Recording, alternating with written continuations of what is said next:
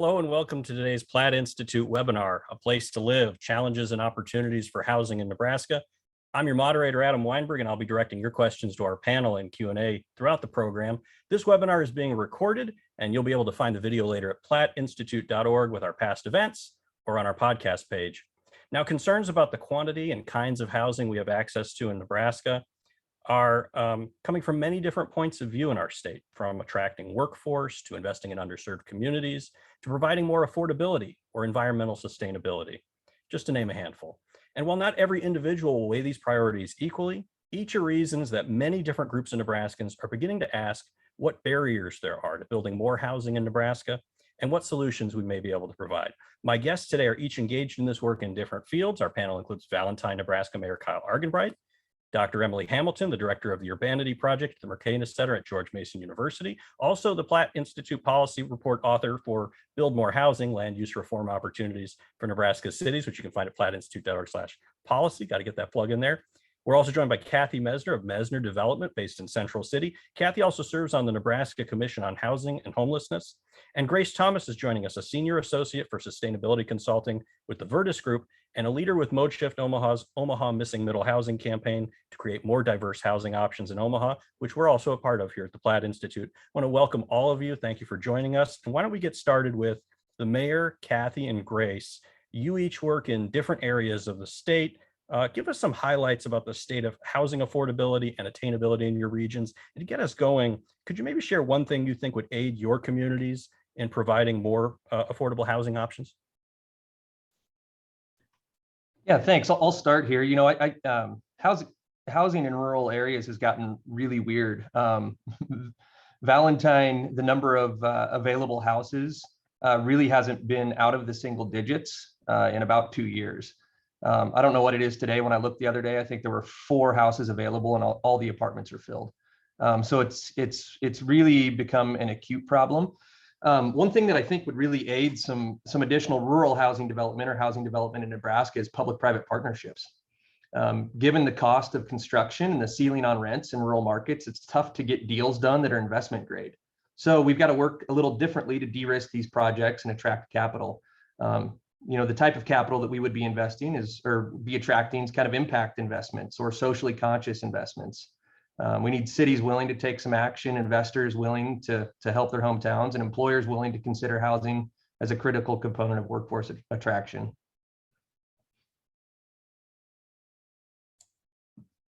Thank you, Grace or Kathy. Would you care to take? You know, when you talk about housing, we work across Nebraska and Kansas, and the costs of new construction have outpaced wages. Our seniors are occupying most of the affordable housing in our communities. We don't have a comprehensive rehab program that updates and maintains a lot of our affordable housing. And most of our, at least small to mid-size communities, haven't had new rental housing built in maybe as long as 20 years. So the problem of affordability or attainability, I think, is one issue, but it's really an availability problem that we all face. And I think I was asked to sit on this committee because I chaired the Blueprint Housing Council during the time that group was working. And I just want to tell everybody that the Blueprint process was very enlightening, and it was encouraging to me because one of the things that happened was near the end of that process, we had a meeting out in Kearney where we had about 400 business and industry leaders from all walks of life across the state of Nebraska. And when we sat down to vote on the most important priority for the state, even though we had 17 different industry councils represented, the number one priority was housing. It wasn't tax reform.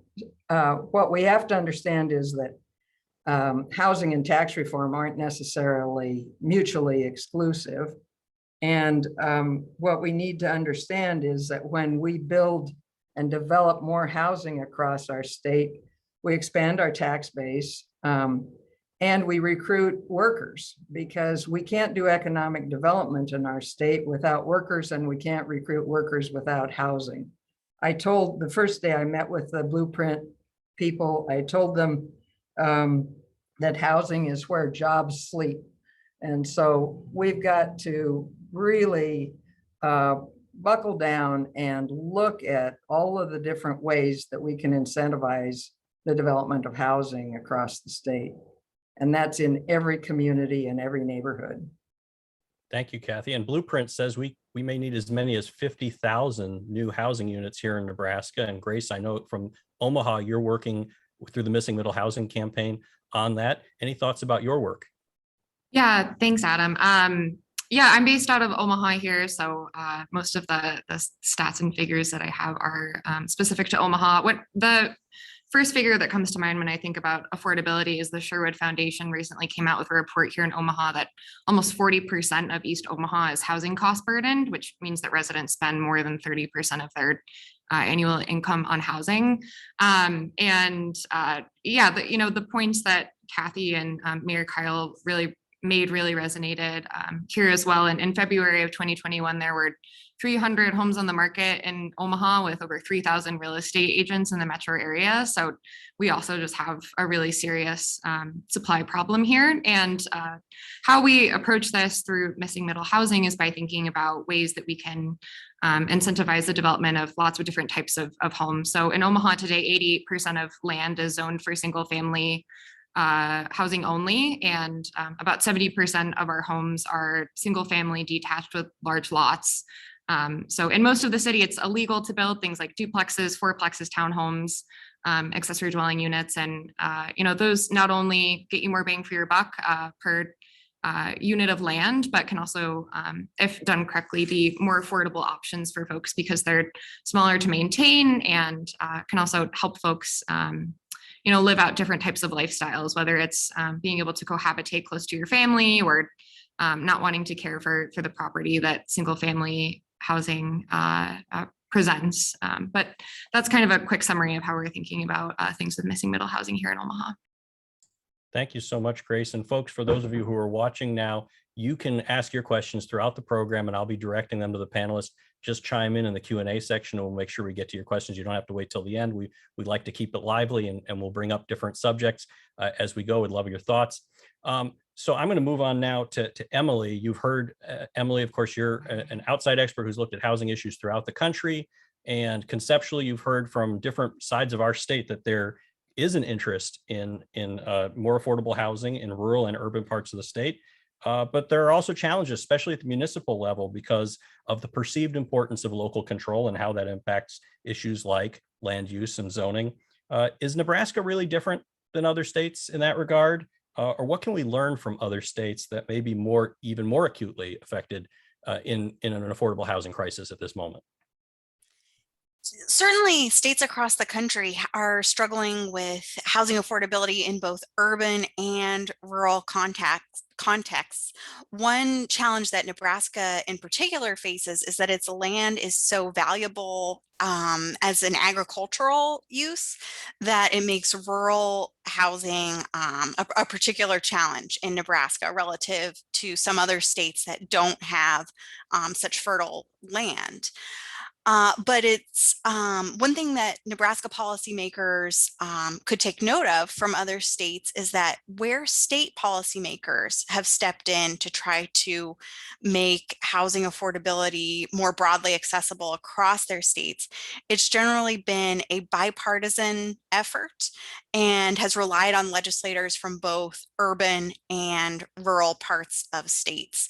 California is the state that's seen the most activity at the state level because they have such a severe housing affordability problem in so many parts of the state. But their efforts really reflect that. It's been Democratic legislators from urban parts of the state working with Republicans from rural parts of the state to try to identify solutions to improve housing access for residents in all types of areas. Well, thank you. And now I'm going to turn to Mayor Arganbright because we heard from Kathy, of course, that housing is a really critical component to the state's aspirations to grow. And I think whether you're talking about attracting workforce in Omaha or you're trying to attract workforce in a rural community, you've got to have the housing where people can be part of your community and feel like they have a good quality of life. But I'm not sure in the work that I've done here at the Platte Institute that I've always been persuaded that everyone in Nebraska is convinced of the value of growing Nebraska, that it's a good thing in and of itself. So how do you, as a locally elected official, get the person who's satisfied with life in their large lot, single family house, see the bigger picture of townhouses being built on an adjacent lot? What's your advice to other city leaders who have to field those questions? What are some of the experiences you've had at the local level? Yeah, I've got a friend that says if anybody's having fun or making money, it's going to make people mad. And I think growth can be scary for some people. If the pie is increasing, is my piece going to get smaller? I think we have to reframe the conversation a little bit, because for many rural communities, it's not about growth, it's about survival. It's about maintaining the quality of life that we currently enjoy in these communities. Some statistics just to kind of help show this. The US population grew by about 7.7% from 2010 to 2020. Nebraska's housing supply grew by 6.7%. Yet there were only 5 counties in Nebraska that grew their housing supply at or above that 7% level that the US population grew by. And so, if you think about it on a macro level, where are these people going to live and who's going to be winners long term? It's the places where there's housing. Diving into that data a little bit deeper, there were 26 Nebraska counties that had housing supplies that actually shrunk, which I think helps illustrate the issue that housing isn't perpetual and it's not infinite. We've got to maintain this housing in order for people to continue to live in these communities. And maintaining that means churn as well. There's some that just need to go away and that do over time. And we've got to replace those units with new, more modern and contemporary units. And, I think, as it relates to just different zoning, townhomes or duplexes in single family neighborhoods, zoning and code enforcement are inextricably tied. But I think in many cases, people often think of affordable housing as cheaply built and poorly maintained, which shouldn't be the case. I think we need to flip that conversation and that expectation so that we're focusing on smart neighborhood development that encourages spontaneous interactions with neighbors, through porches and parks and trails, and focus on quality and attractive development that will help us diversify our housing stock in our communities.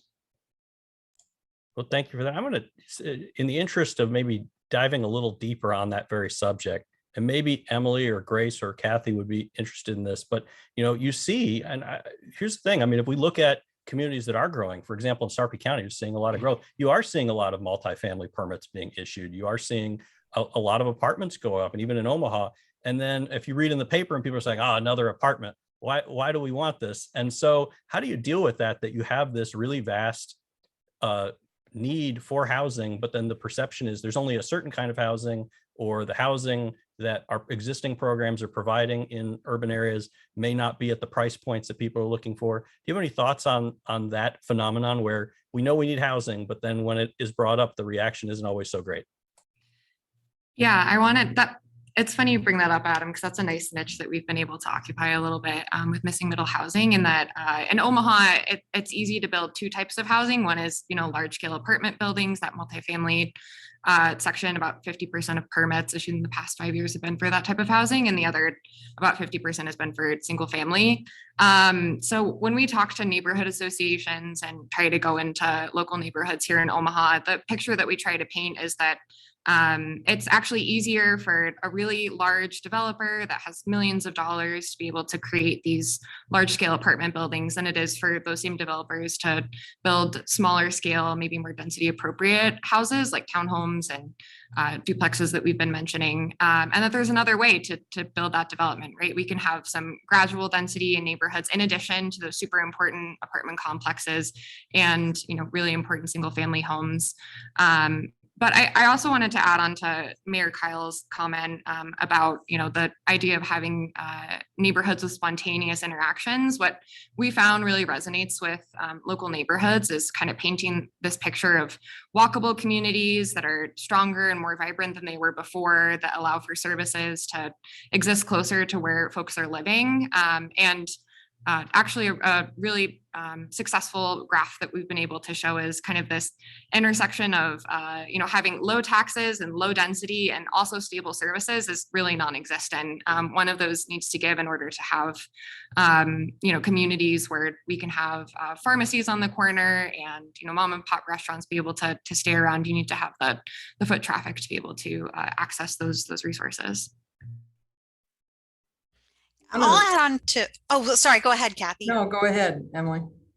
Just to add on to what Grace said, oftentimes those new multifamily buildings are a very visible change to a locality that construction is going to take a while. It's going to be a large project. So it seems like a huge change to the locality, but the majority of people in almost every case who are going to move into that building are coming already from the region where it's getting built. It's not like these new buildings are built for out of towners or something. So as those residents move into new construction, which does tend to be more expensive than older housing stock, they tend to be freeing up older, less expensive housing and contributing to a broader base of affordability throughout the region. One of the things that we see out in the smaller communities across Nebraska is that we often see a very small town with a huge employer. And when we talk about expanding things within communities and getting pushback, it isn't always about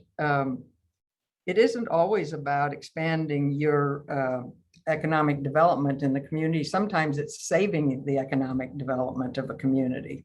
And when large employers in a small town can't hire, they can't afford to stay in a small community. So sometimes it's about the survival of the community that we look to different housing. Also remember when we build new housing, when we develop new housing of any sort, we generally build new taxpayers along the way. And so we spread out the tax burden a bit, and that seems to sell in rural Nebraska. But the other thing is, many of our communities across the state have had rental housing built. It's just 20 years old.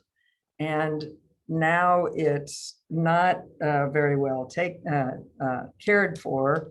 And when the young teacher, the first year teacher comes to town, who's used to living in a nice apartment from whatever college town they lived in, they come to town, they can't find a place to live. And so what happens in smaller towns is the first year teacher goes and lives someplace else in a bigger town that's close to where they're teaching. And you don't develop that sense of community within that teacher that you've recruited to your school system. And school systems then have turnover. And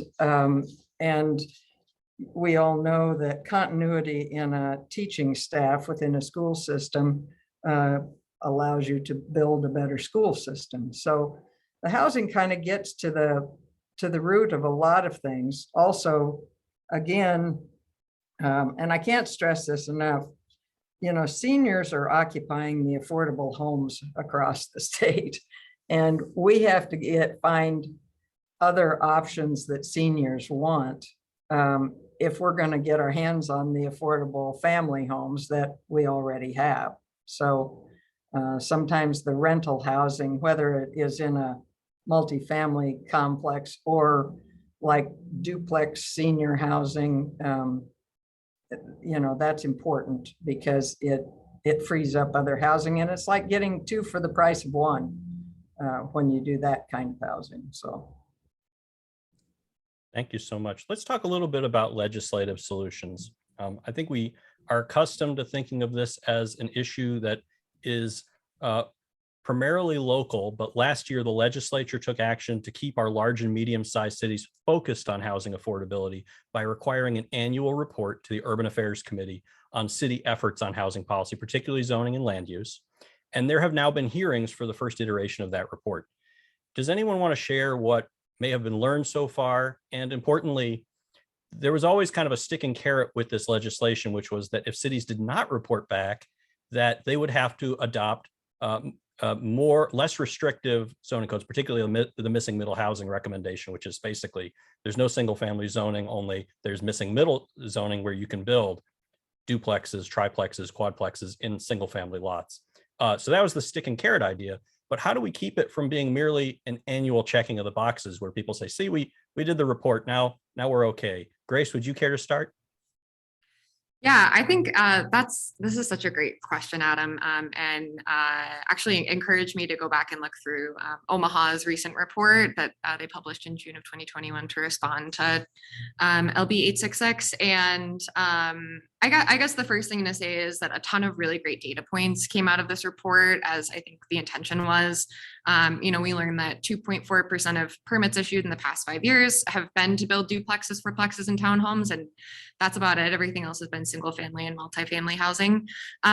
So some really great data points. Something that we care a lot about at Missing Middle is trying to educate neighborhoods on kind of the jargon of how housing works in Nebraska. So that's really great information for us to point to. But I think the concern about it becoming an annual checking of the boxes is a really legitimate one, and one that residents are going to have to work towards to combat. What is encouraging for me in Omaha is that LB 866 resulted in the hiring of a firm to complete affordable housing plan. That's in progress right now, hiring that firm. So I'm encouraged that action will come out at a local level here in Omaha as a result of that plan.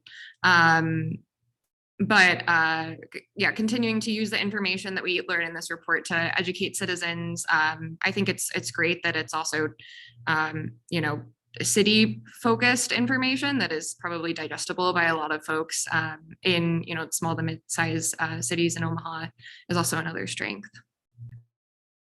Kathy, I know you work in a number of cities that have had to comply with these reports. Have you had any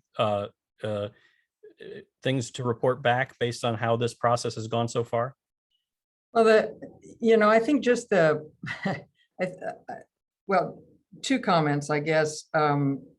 And this is kind of from the Blueprint perspective. One is we're learning from these reports that Blueprint really underestimated the numbers that we need.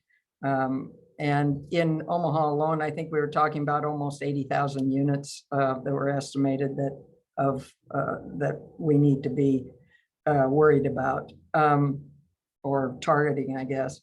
But the other thing is our Blueprint committee, one of the things we talked about was the fact that communities don't really understand entirely what their housing needs are. And unless you have to go through one of these kinds of exercises, you're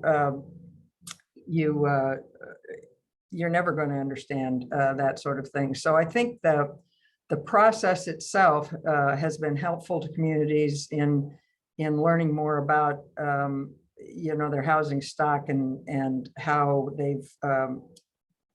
they're investing in housing. The Blueprint Committee suggested that what we be doing with a lot of our housing information in the state is that we start to develop some a housing index for communities where we can take a look at not only what our existing housing is, but what are the things that we have going in those communities that help support housing and that help make it easier for people that are considering building and developing new housing. What are the things that each community has available that would help that would help risk takers be comfortable in going to those communities and working. And so I think that's kind of the next level of all of this, is to not only identify the numbers and pull what we can, learn what we can from the data, but also identify what the strengths of the communities are, so that folks, there aren't enough developers and risk takers in the state when it comes to housing, and so we tend to look for communities that are doing things to make risk taking more palatable when it comes to housing. So that's what I think the next step is with that. I would add to that too. We've, a lot of the legislative actions have been for the larger communities in the state. Valentine's not even a city of the second class. But we've found a little success in tying into the Rural Prosperity Nebraska and getting some resources out of the university to help us think through housing. There's not a lot of city planners or land use planners or even architects in the 3rd district. And so getting access to those resources is really important in helping move this conversation. So we worked with the university and the College of Architecture to rethink a development.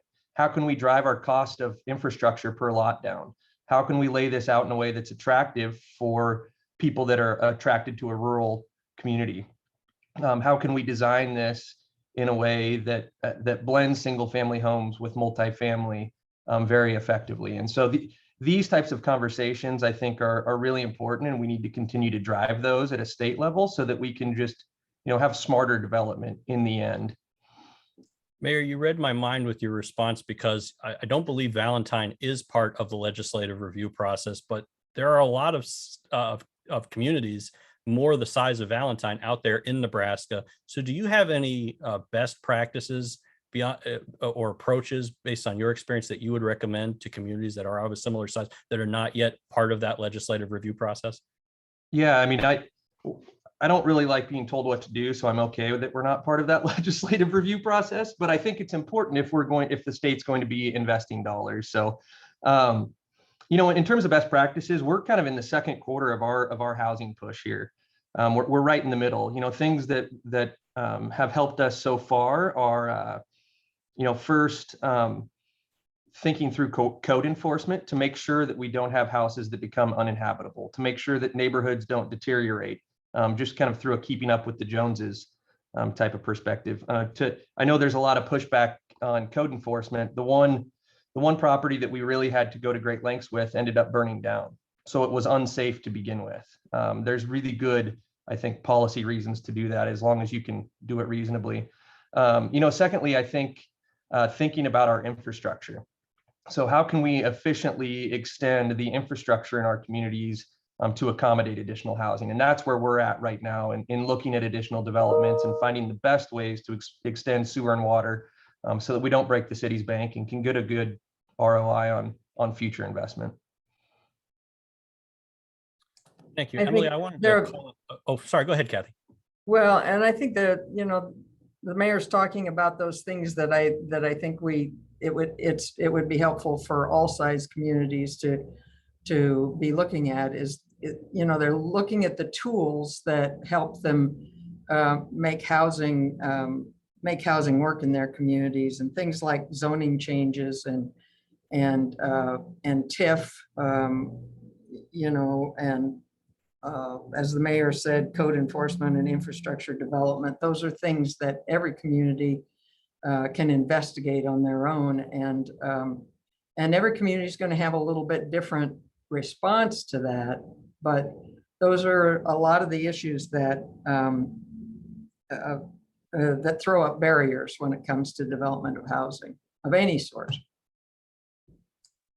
Emily, that was where I wanted to bring the conversation back to legislative solutions. We have, our large and medium-sized cities now going before the legislature and offering these reports. Of course, there's a lot of smaller communities that are not part of that.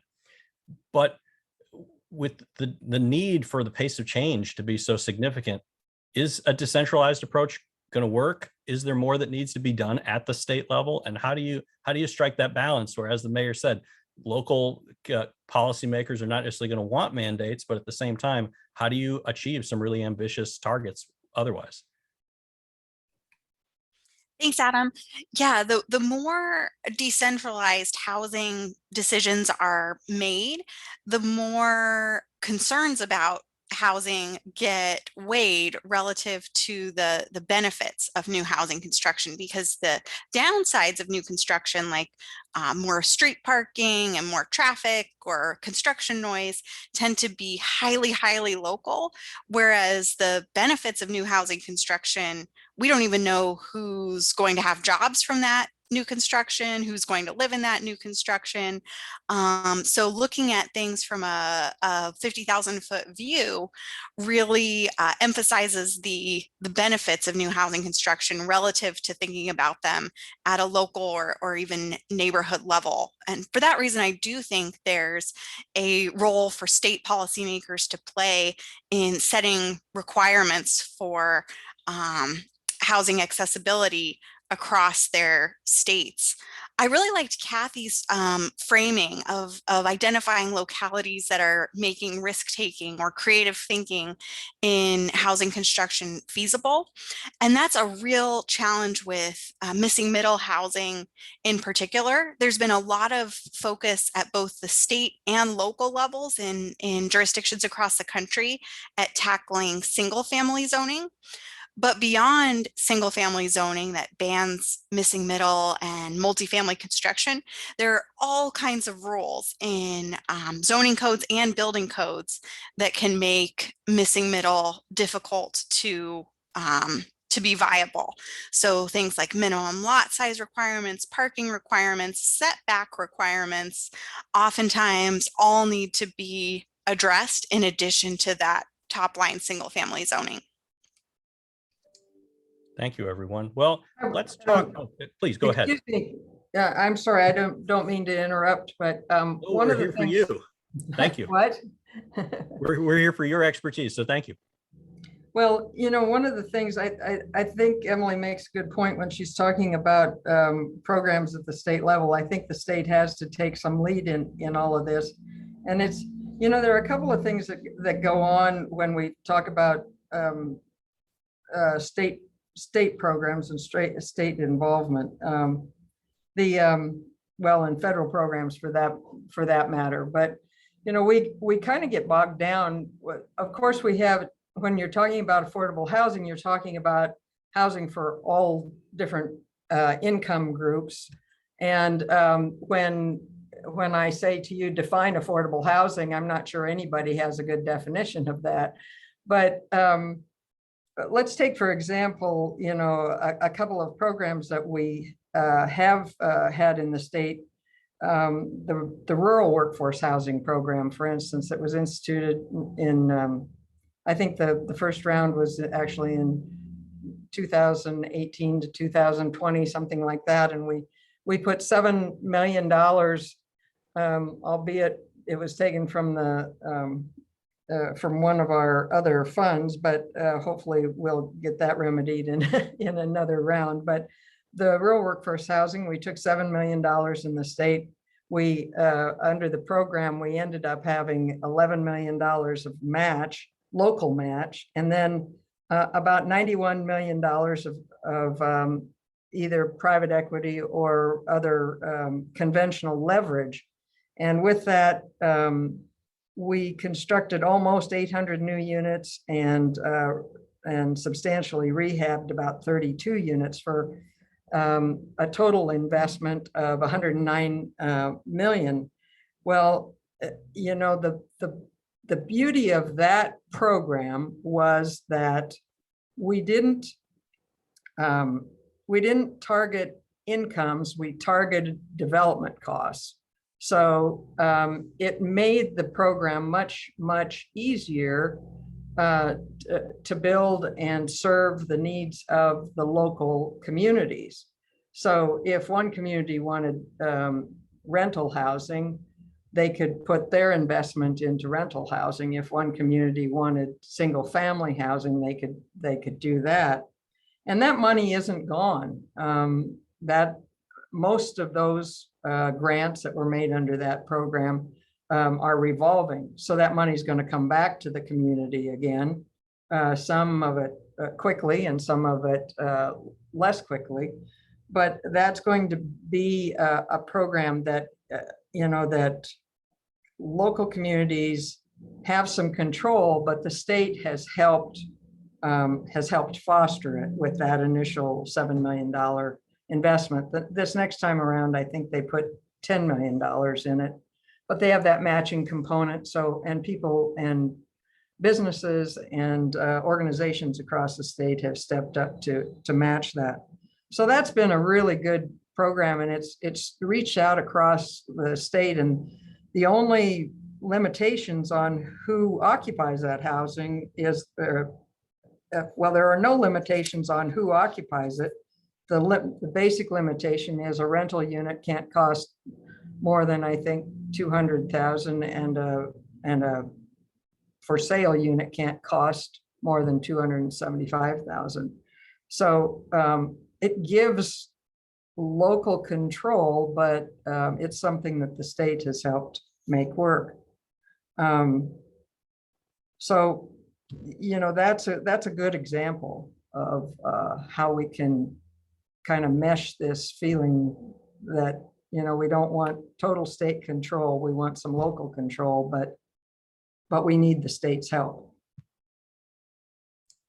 Thank you, Kathy. And I wanted to remind folks who are tuning in, our panel is at your disposal and be happy to answer your questions. So the Q&A section at the bottom of your screen is open. Just submit your questions and I'd be happy to put them before the panelists. But as we talk, I'm coming up with a lot more things because it's a great discussion and I appreciate it very much.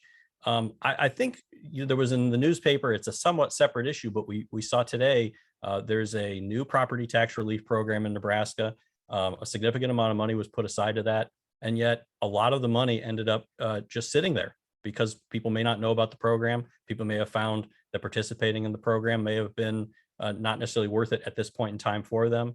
Are there any low-hanging fruit opportunities like that? We can talk, and I would love to talk more about housing typologies and things that we could be building that we just aren't talking about the opportunity to build. But are there programs and opportunities for housing to be developed in the state that if more developers, if more entrepreneurs knew about and were available in Nebraska, that they could be taking advantage?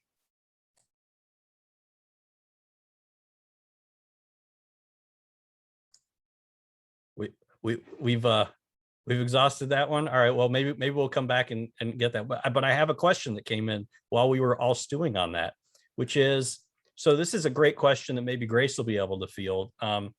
And this is something that's very hot in the news right now in Omaha too. The question is from Jeff, and Jeff says, would ADUs, accessory dwelling units, and thank you for defining that, and maybe Grace can define that more, Jeff. Would ADUs make an impact on affordable housing, or would this be too small of an impact? And I think actually everyone can take that if they're interested. I know Emily would probably have some thoughts, but Grace, you can maybe bring people up to speed about what's going on in Omaha and then offer your thoughts there. Yeah, thanks, Jeff, for that great question. The way that I talk to neighborhoods about ADUs when we go out and do that community work is that, ADUs are one of a lot of different housing options that we're going to need to tackle this affordable housing crisis. It's not the solution. It's certainly one of many solutions. And here in Omaha, last year, City Council passed a TOD ordinance, which allowed for transit-oriented development over Dodge Street, where the new rapid bus transit line is occurring today. And that allows for accessory dwelling units to be built throughout that zoning code. It's been a year and there have been no permits applied for or permitted for accessory dwelling units in that specific area of Omaha, and throughout the rest of Omaha, accessory dwelling units are more or less illegal to build. And Emily's point about, code restrictions, I think play a huge role here. That, TOD ordinance that allowed for more ADUs took away some of those restrictions, like needing to get 50% of your neighbors' signatures to sign on to an ADU. That was done away with in that part of Omaha, and although it still exists in the rest of Omaha, but there are still plenty of cumbersome regulations and codes that folks who are interested in building those units have to deal with. adding additional parking, having to make these units very small. In the broader zoning code, accessory dwelling units can either be 750 feet or half the size of the primary home's size, whichever is smaller. So if you live in a 1,000 square foot home, you're only permitted to build a 500 square foot ADU. And we've been, as Adam mentioned, really fortunate to get some great press about this in Omaha recently. KETV put out a piece last week about some of the benefits that folks who have ADUs on their properties that were grandfathered into the zoning code are experiencing. Allowing their family members to age in place in the neighborhoods that they've lived in their whole life, be close to folks or family members that have disabilities who might need some extra help but want their own kind of private space. So we know that this can certainly help with affordability and provide options to folks throughout the city because it exists today and is doing that. But in most places where Omaha, where ADUs exist, they would be illegal or very cumbersome to create today, which leads to no addition of those really throughout our city at this time. Emily, anything you'd like to add on ADUs? I agree with Grace. I think they're unlikely to be the solution to housing affordability and accessibility just about anywhere, but they are an important step. And there are some localities where ADUs are now an important source of new units that are being delivered. Particularly in a college town situation, they can make a lot of sense as a additional rental that's going to be in high demand. Of course, as Grace said, for intergenerational living, ADUs can be a great solution. And some research has found that ADUs tend to be built when they're new construction as short-term rentals. So in parts of the state with a lot of tourism or visitors, that can lead to the construction of these units initially, but down the road, those short-term rentals could become housing for a family member or for a long-term tenant as that property changes hands because that initial investment has been made. I'm reluctant to editorialize with such a great panel here, but I think one of the thoughts about ADUs is that it's to get the foot in the door of talking about different housing typologies without being so, without deviating so greatly from what people are accustomed to right now, because the idea of an ADU, for those who are having a difficult time visualizing it, is you could take an existing single family house and say, this basement will now be its own unit, or the garage will become a unit, or the area above the garage can become a unit. And so it's kind of a foot in the door to get people thinking about the issue in a new way. And the question is, are the policies going to be there to take this idea and lead it into fruition? And I think that's one of the obstacles that so far in Omaha, where in theory they have a transit-oriented development policy that allows ADUs, but then in practice 1 year later, there aren't any ADUs that have been built or that have been permitted to be built. So it's important to get the details right, as you've said before in our policy paper, Emily. Well, let's move on then and talk about housing and change. And by that, I mean the changing economic and cultural circumstances around us, where we see with COVID and remote work, we see generational changes with baby boomers retiring. I regret to say millennials are middle-aged, which I'm kind of getting there myself. It's not only the prices that are influencing our demand for housing, it's the different phases of life and life events that impact our housing needs. Are there any trends that you're seeing in your communities or broadly in the housing market where you see unmet demand that could be addressed with the right policies? I can take that one. I'm the baby boomer that's living in the affordable family home. There are way more baby boomers than there are 5-year-olds in the country right now. And we're all looking for different housing opportunities. And so, one of the things that we don't always recognize in our housing policies is that we do have some programs that we can use to address housing for seniors that will trickle down and have impact on our housing for families. And so like our company does a lot of tax credit building, and we find somewhere around 60 to 70% of the seniors that move into a low-income housing tax credit rental property move out of an affordable family home.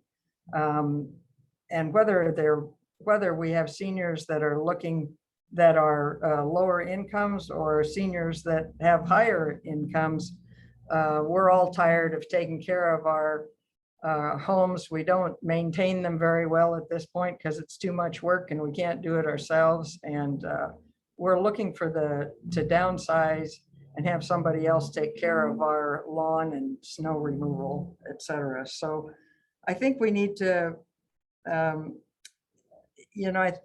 think that we need to be looking at that group in terms of providing them options so that we open up other options for the other age groups that we're trying to serve as well. And one thing that I will say is that one of the things that our company has done that's been kind of interesting with workforce housing funds is that we've built a number of townhouse duplexes for sale. And we're finding that those units are being purchased by first-time homeowners and last-time homeowners. And they're a little smaller in square footage, but they're more affordable, hitting a price point that those two groups can impact or can afford. And then in the case of the seniors, we quite often are opening up other homes. So that's my response to your question. Thank you. I would answer that with maybe a little tangentially. One, broadband is an expectation. Now, that's not specifically a housing policy, but as we look at all the remote workers and people that are not geographically restrained and can choose where they want to go, they need broadband. We did a public-private partnership to complete fiber to the premise in Valentine, and I feel like I jumped from the Flintstones to the Jetsons. Like it's a difference, And the other thing is just good design and the execution. I think a lot of times, communities are just so happy to get housing, or developers are so happy to get a deal that we don't have that extra conversation about what type of units people want to live in today. We're in the HGTV Pinterest world, that wasn't a phenomenon in the 80s or the 90s. And so the expectations are different. I think we need these places that are, that inspire a little bit, that have some creativity, that encourage, the building of the social fabric of our communities. Studio apartments, upper floor rentals, developments with communal spaces. To me, that's particularly those remote workers and that younger generation. I think that's the type of neighborhoods and the type of communities that people are looking for. Well, and I would like to get to one of the objections, because I was hoping for maybe some objections from the Q&A, but I'm more than capable of providing them for myself, which is, especially when we're talking about a housing market where housing prices have risen really tremendously, and not just in the last year, but over the last decade, especially in Nebraska. We've been one of the fastest rising price markets. And so when you talk about building more housing, a lot of times it's kind of as a secondary thought about how much does it actually cost to construct these housing units and make a return on investment at the same time as providing affordable housing. So maybe we can start with Kathy. Do you see any developments, either technology or the manufacturing of certain types of housing, that's changing the potential for different types of housing to pencil out to be something that's a good investment for those risk takers, but also at a price point that people would say, wow, this is notably more affordable than what is otherwise in the housing stock right now? I think that, Nebraska is a good place to kind of look at the manufacturing, manufactured housing industry, because we have a number of pretty good housing manufacturers.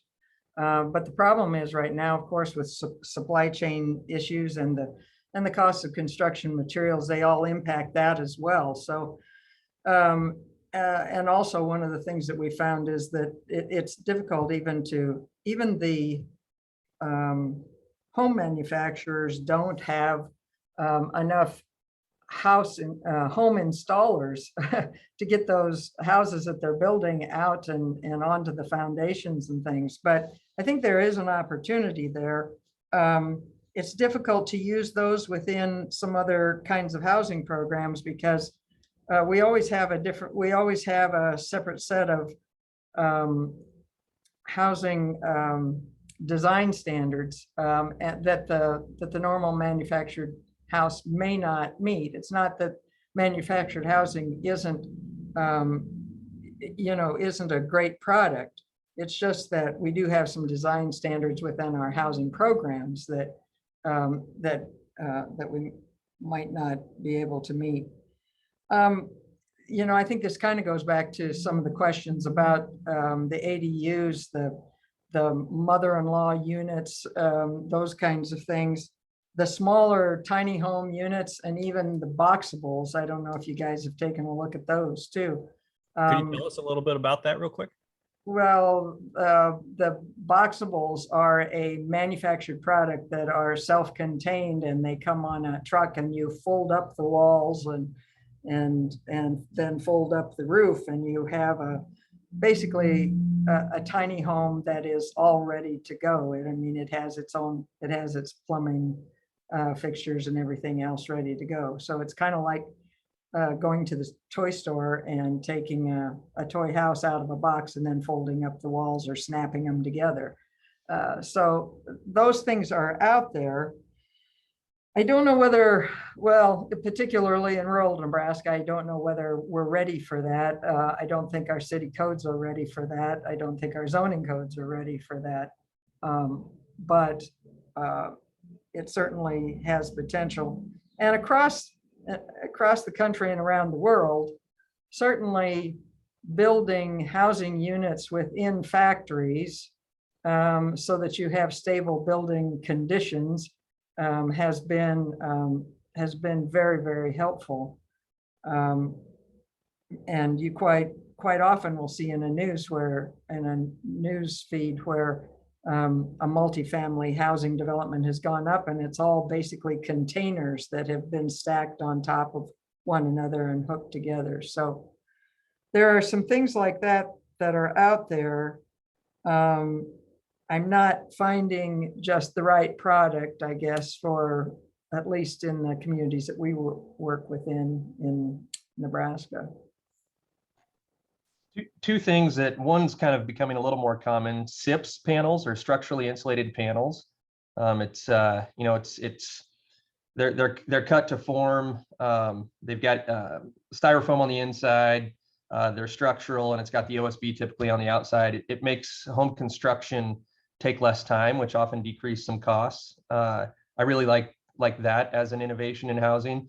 And there's some 3D printers that are printing houses right now. They did a development in Austin. If I could partner with 5 communities in Western Nebraska, we'd buy one of those and run it 24/7. I think, to really solve this, we've got some structural issues in affordable housing, but even just housing development in today's day and age. So the more creativity that we can encourage, the better. I'm going to ask you to double up on a question there, because that kind of relates to the next thing I had on my list, which is, as I traveled the state of Nebraska, I always found that every town was built around a pretty cool downtown that seemed to have the aspiration that this was going to be a really big city someday. And I think a lot of these communities, they still have a framework that they can build upon. So when I look at legislation like the micro TIF that has passed in the legislature recently, is that something that communities like Valentine can use to build on that framework that is already there, take that older real estate and renovate or renew some of those areas? Yeah, I think micro TIF could be huge. I think cities need to learn how to use it, but the TIF process can be a little bit onerous and somewhat divisive just because of the language that's used within that process. But yeah, that in upper floors, I think there's huge opportunity there. Some communities have had great efforts in repopulating the upper floors of some of these downtown businesses. Conversely, other communities have turned commercial properties into housing on Main Street. And that's potentially the kiss of death for a community, in my opinion. We've got to maintain those that commercial use, but yeah, I think there's some great opportunity there, and there's some models out west of communities that have been effective in doing so. Thank you, Mayor. Grace, do you want to give a nod to mixed use here and talk about some potential opportunities of how you integrate commercial and residential? Yeah, absolutely. And I think I'm not from Nebraska. I'm from New York State. And when I moved here 4 years ago, there were so many business districts in Omaha that looked drastically different than they do today. Blackstone has really transformed. Exarban looks much different than it did when I first moved here as well. I'm really excited to see more of that, specifically in that transit-oriented development kind of strip there on Dodge. So much great potential for restaurants and pharmacies and neighborhood grocery stores to come in and provide great opportunities for housing in addition to businesses. This mixed use building type, I think, is hopefully starting to become more popular in Nebraska. Actually, UNMC's new admin tower is going to contain not only office building space, but some space for restaurants and different types of businesses as well. So I think the more that we can mix in businesses with housing, especially on those kind of main street areas, the more vibrant and exciting neighborhoods we're going to create here in Nebraska. And we've been grateful to work with your team, and it helps that on our team we've got a Dundeeite in Jim Vocal. We've got Nicole Fox, who's a downtown Omaha resident, and so they see the value of these opportunities and these amenities. Just as we close up, and on that point, we have a very divisive national political environment, and the housing issue is one of those that could be weaponized, where people say these folks are trying to overturn our way of life. These folks are trying to have some kind of scheme. How do we create a nonpartisan understanding of what we're trying to do here as a state of Nebraska?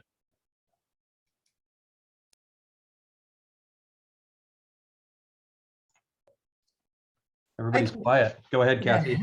No, I can take a whack at that. I've been in the housing industry long enough in the state of Nebraska to see a real evolution of the way we're thinking about housing. And I think just the fact that, we have a nonpartisan legislature. There's so much difference in the receptivity of the legislature right now to housing issues than what there was even 10 years ago or 15 years ago. And I know that when the governor travels around the state, he may want to go out and talk about economic development, and everybody else wants to talk about housing. What we're seeing is a real grassroots cry, so to speak, for addressing this housing issue. And I think we just need to use the momentum that our local communities have created for us, and then we need to institute some really good policies that serve the entire state of Nebraska. I've been kind of banging the drum at NIFA here recently, because in the last round of tax credits, we only funded 24 new units west of Lincoln, for instance. And we've got to get to the point where the housing dollars that we have serve the entire state, in my opinion. But we have a huge number of housing advocacy groups, and we have a huge amount of grassroots support for housing. So I think we need to come together and talk about how are the best ways to address this issue. And housing is the last thing that should be political. This is about neighborhood development and community development. And it also can't be top down. It's got to be grassroots. We've found that by having really good process for community education and engagement, we can gain consensus. And there are a lot of creative ideas just waiting there in the minds of the people in your community, if you can just tease them out. Maybe even more creative than it would have been done had it just been, a board selecting this or some think tank. And so the process of involving the community in this solution is really important to depoliticizing any issue.